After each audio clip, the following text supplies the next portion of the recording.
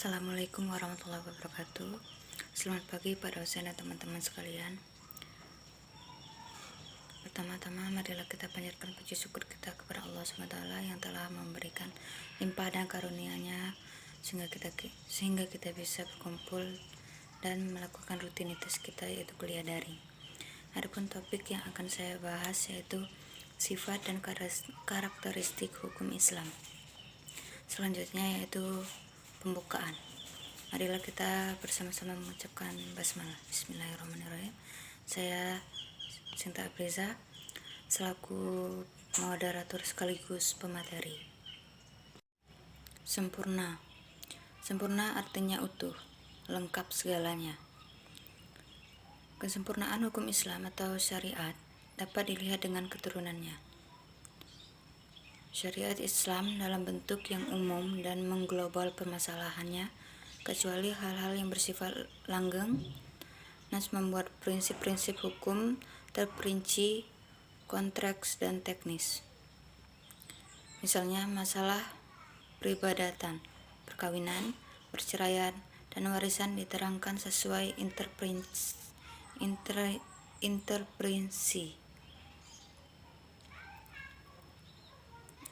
elastis.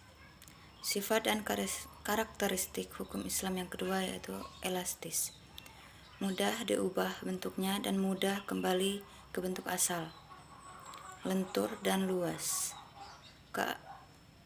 Keelastisannya mencakup di segala bidang kehukuman manusia, baik jasmani maupun rohani, baik mengenai hubungan manusia dengan Tuhannya maupun hubungan interaksi sesama manusia, juga turunan mengenai kehidupan manusia di dunia dan di akhirat. Universal berarti umum, berlaku untuk semua orang atau untuk seluruh dunia, bersifat melingkup seluruh dunia. Ini berarti hukum Islam itu tidak dibatasi oleh lautan maupun batasan suatu negara. Bukti yang menunjukkan bahwa hukum Islam itu mempunyai sifat universal atau tidak harus dikembalikan kepada Al-Quran. Universal hukum Islam ini dinyatakan oleh Al-Quran sendiri yang berbunyi, "Dan tidaklah kami mengutus kamu Muhammad melainkan untuk menjadi rahmat bagi semesta alam." Quran Surah Al-Anbiya 107. Dan kami, Allah, tidak mengutus kamu Muhammad melainkan kepada umat manusia seluruhnya sebagai pembawa berita gembira dan sebagai pemberi peringatan. Tetapi kebanyakan manusia tidak mengetahuinya. Quran Surah Al-Saba 28. Kedua ayat Al-Quran di atas menyatakan bahwa syariat yang dibawa oleh Nabi Muhammad bukanlah dikhususkan untuk orang Arab saja, namun berlaku bagi seluruh umat manusia yang ada di seluruh dunia.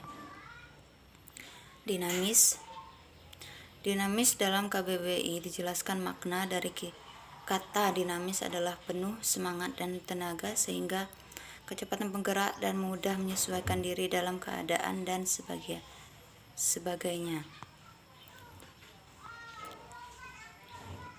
Sesuai dengan tabiat manusia yang tidak menyukai beban yang membatasi kemerdekaannya, sehingga manusia memperhatikan beban hukum Islam dengan sangat hati-hati. Sistematis. Syarat Islam bersifat sistematis, artinya ia mencerminkan sejumlah doktrinnya bertalian dan berhubungan di antara satu dengan lainnya secara logis. Beberapa lembaga saling berhubungan satu sama lainnya. Perintah sholat di dalam Al-Quran selalu diiringi dengan perintah menunaikan zakat. Demikian pula dengan lembaganya. Pengadilan dalam Islam tidak akan memberikan hukum potong tangan bagi pencuri bila keadaan masyarakat sedang kacau dan terjadi kelaparan. Hukum Islam dengan lembaganya demikian saling berhubungan satu sama lainnya. Hukum Islam tidak akan bisa dilaksanakan apabila diterapkan sebagian dan ditinggalkan sebagian lainnya. Hukum Islam bersifat ta'abbudi dan ta'aqquli.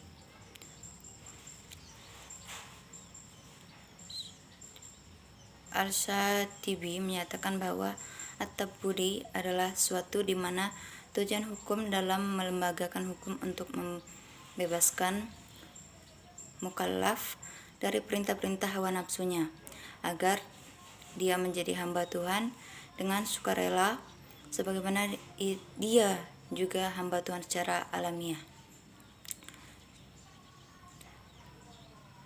Bersifat ta'abbudi. Lebih jelasnya, ta'abbudi adalah suatu bentuk ibadah yang tujuan utamanya untuk mendekati diri kepada Allah, yakni beriman kepadanya dan segala konsekuensinya berupa ibadah yang mengandung sifat ta'abbudi murni. Contohnya, sewaktu Umar melaksanakan haji bersama Rasulullah SAW, mencium batu atau Hajar Aswad.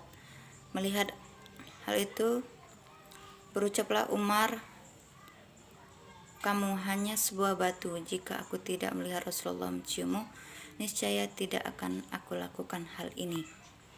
Bersifat ta'aqquli. Kedua, ta'aqquli yakni berbentuk dalam bidang muamalah. Ta'aqquli ini bersifat duniawi yang maknanya dapat dipahami oleh nalar atau rasional, maka manusia dapat melakukan dengan bantuan nalar dan pemikiran manusia. Ilat dari muamalah yang bersifat ta'aqquli dapat dirasionalkan dengan melihat ada maslahat atau mudarat terkandung di dalamnya. Sesuatu dilarang karena kemudaratan di dalamnya dan diperintahkan karena ada maslahat di dalamnya. Demikian presentasi dari saya. Saya selaku moderator dan pemateri minta maaf ada kesalahan kata dan kepada Allah saya mohon ampun. Saya akhiri, wassalamualaikum warahmatullahi wabarakatuh.